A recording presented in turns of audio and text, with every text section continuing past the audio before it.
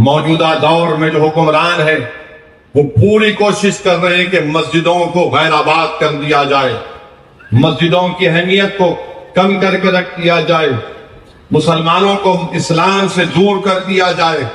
اس لیے ہماری ذمہ داری ہے کہ ہم مسجدوں کی حفاظت کریں۔ یہ وقت ان طاقتوں سے مقابلہ ہم کر رہے ہیں جو ہمارے وجود کو مٹانا چاہتے ہیں اس ملک سے، جو ہماری مسجدوں سے اذاؤں کو ختم کر رہے ہیں، جو ہم کو اسلام سے دور کرنا چاہتے ہیں۔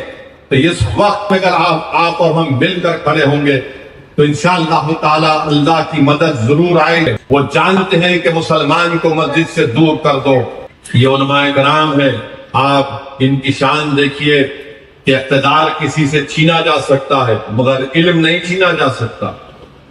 وقت کے بادشاہ بھی ہوں گے، اقتدار کی کرسیوں پر بیٹھنے والے سیاستدان بھی ہوں گے، مگر جہاں پر آپ کو ایک عالم دین نظر آئے گا، آپ کو سمجھ میں آ جائے گا کہ یہ عالم دین ہے، تو اللہ نے ان کو یہ برکت اور شان عطا کی ہے۔ بلکہ مثنوی شریف، حدیث شریف یاد آ رہی ہے کہ اللہ سبحانہ و تعالیٰ حشر کے میدان میں ان 4 لوگوں کو کہے گا کہ ان کو بغیر حساب کتاب کی جنت میں داخل کرو، اور جب یہ 4 حضرات جنت کے دروازے پر جائیں گے تو ان میں بحث ہوگی کہ سب سے پہلے میں داخل ہوں گا۔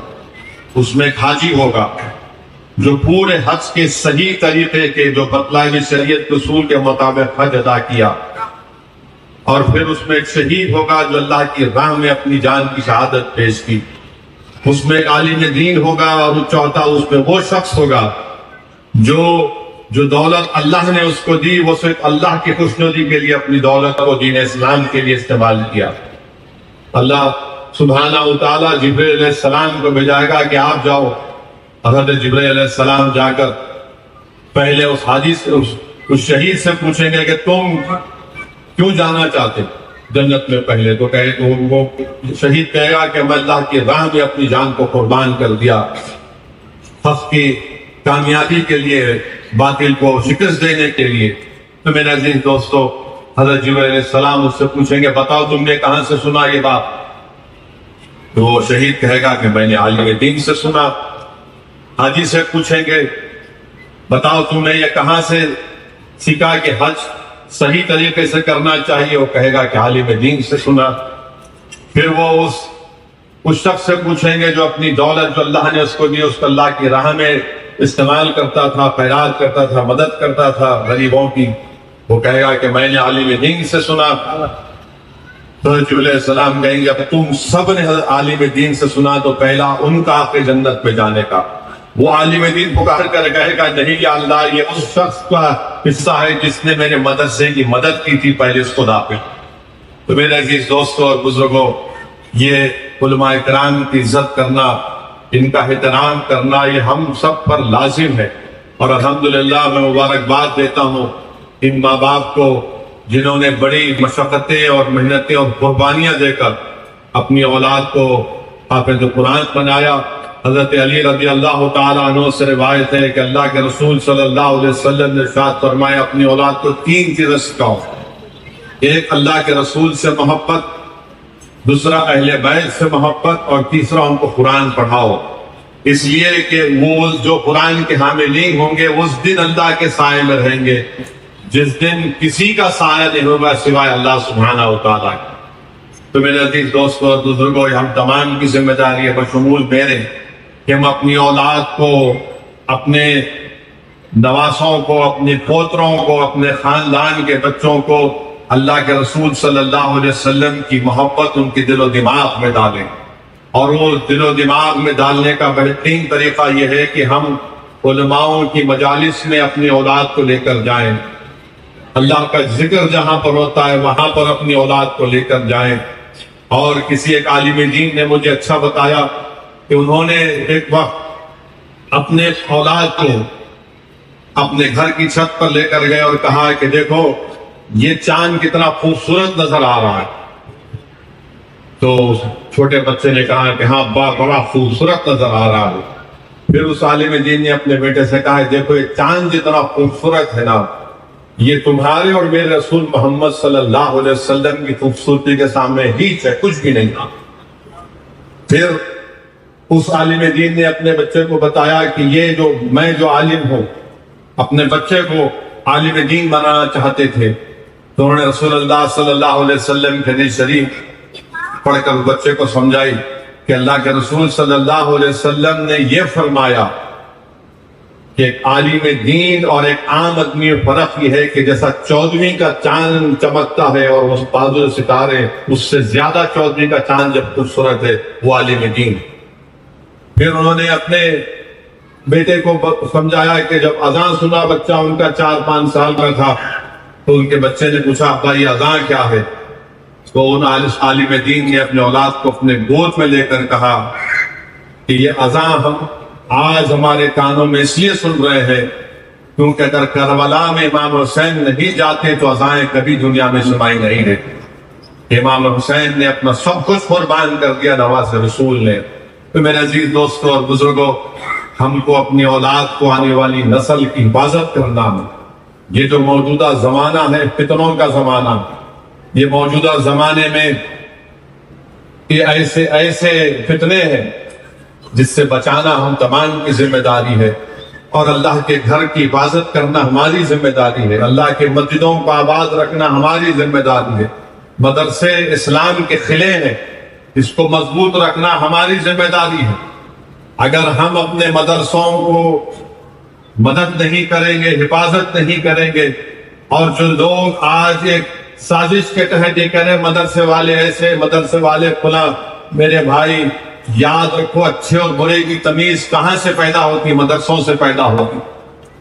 دین کہاں سے سیکھتے ہیں؟ مدرسوں سے سیکھتے ہیں۔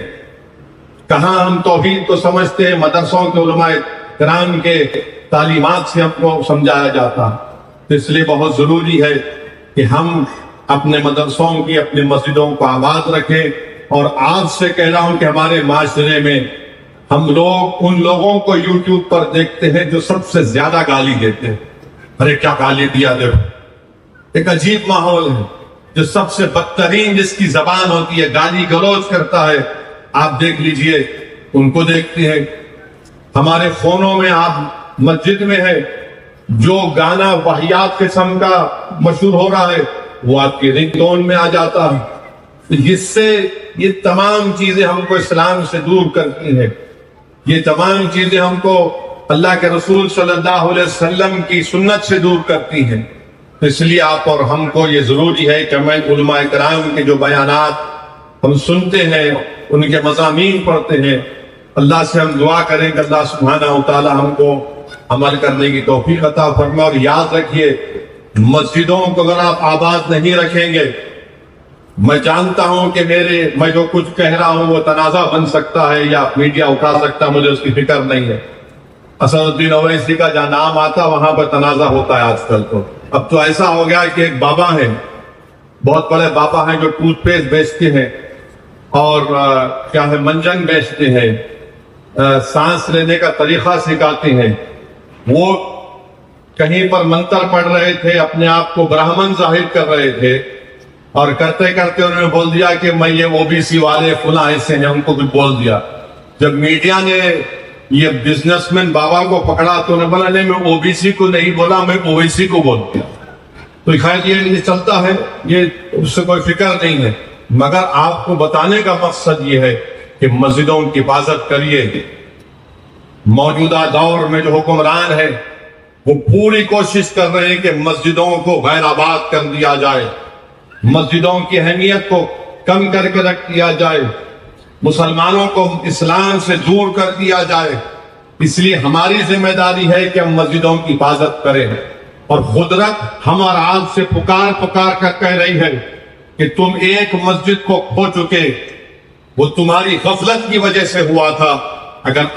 اگر آپ ہوش کے ناخن نہیں لیں گے تو پھر یہ تمام جو لوگ آج اقتدار کی کرسیوں پر بیٹھنے والے ہیں، ظالم لوگ ہیں، یہ ہماری مسجدوں پر لچائی ہوئی نظروں سے دیکھ رہے ہیں۔